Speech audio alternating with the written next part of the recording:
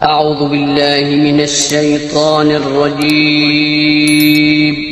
پناہ مانگتا ہوں میں اللہ کی شیطان مردود سے۔ بسم اللہ الرحمن الرحیم شروع اللہ کا نام لے کر جو بڑا مہربان نہایت رحم والا ہے۔ السلام علیکم ورحمۃ اللہ وبرکاتہ۔ پیارے دوستوں اور پیارے بھائیوں، اسلامی ویڈیو شروع کرنے سے پہلے دنیا کے تمام مومن مسلمان بھائیوں سے ہماری گزارش ہے اور ریکویسٹ ہے کہ ہماری ویڈیو کو لائک کریں، سبسکرائب کریں، ساتھ لگے ہوئے گھنٹی کے آل کے بٹن کو ضرور پریس کریں تاکہ ہماری ہر نئی آنے والی ویڈیو کا آپ تک اس کا بر وقت نوٹیفیکیشن ملتا رہے۔ چلیے ناظرین، اسلامی باتوں کی جانب چلتے ہیں۔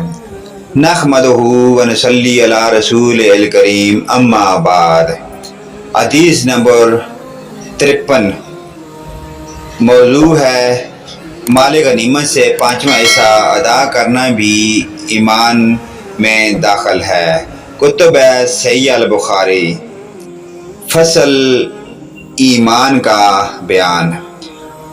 ہم سے علی بن جہاد نے بیان کیا، کہا کہ ہم کو شعبہ نے خبر دی، انہوں نے ابو حمزہ سے نقل کیا کہ میں عبداللہ بن عباس رضی اللہ عنہ کے پاس بیٹھا کرتا تھا، وہ مجھ کو خاص اپنے تخت پر بٹھاتے، ایک دفعہ کہنے لگے کہ تم میرے پاس مستقل طور پر رہ جاؤ، میں اپنے مال میں سے تمہارا حصہ مقرر کر دوں گا۔ تو میں 2 ماہ تک ان کی خدمت میں رہ گیا۔ پھر کہنے لگے کہ عبدالقیس کا وفد جب نبی کریم صلی اللہ علیہ وآلہ وسلم کے پاس آیا تو آپ نے پوچھا کہ یہ کون سی قوم کے لوگ ہیں یا یہ وفد کہاں کا ہے؟ تو انہوں نے کہا کہ ربیہ خاندان کے لوگ ہیں۔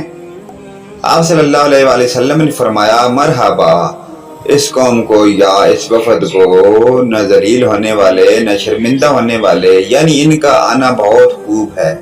وہ کہنے لگے کہ اے اللہ کے رسول، ہم آپ کی خدمت میں صرف ان حرمت والے مہینوں میں آ سکتے ہیں کیونکہ ہمارے اور آپ کے درمیان مضر کے کافروں کا قبیلہ آباد ہے، بس ہم آپ کو ایک ایسی قطعی بات بتلا دیجئے کہ جس کو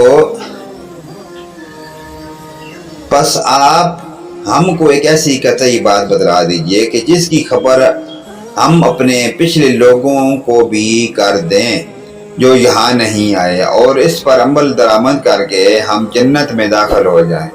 اور انہوں نے آپ سے اپنے برتنوں کے بارے میں بھی پوچھا۔ آپ صلی اللہ علیہ وآلہ وسلم نے ان کو 4 باتوں کا حکم دیا اور 4 قسم کے برتنوں کو استعمال میں لانے سے منع فرمایا۔ ان کو حکم دیا کہ ایک اکیلے اللہ پر ایمان لاؤ۔ پھر آپ صلی اللہ علیہ وآلہ وسلم نے پوچھا کہ جانتے ہو کہ ایک اکیلے اللہ پر ایمان لانے کا مطلب کیا ہے؟ تو انہوں نے کہا کہ اللہ اور اس کے رسول ہی کو معلوم ہے۔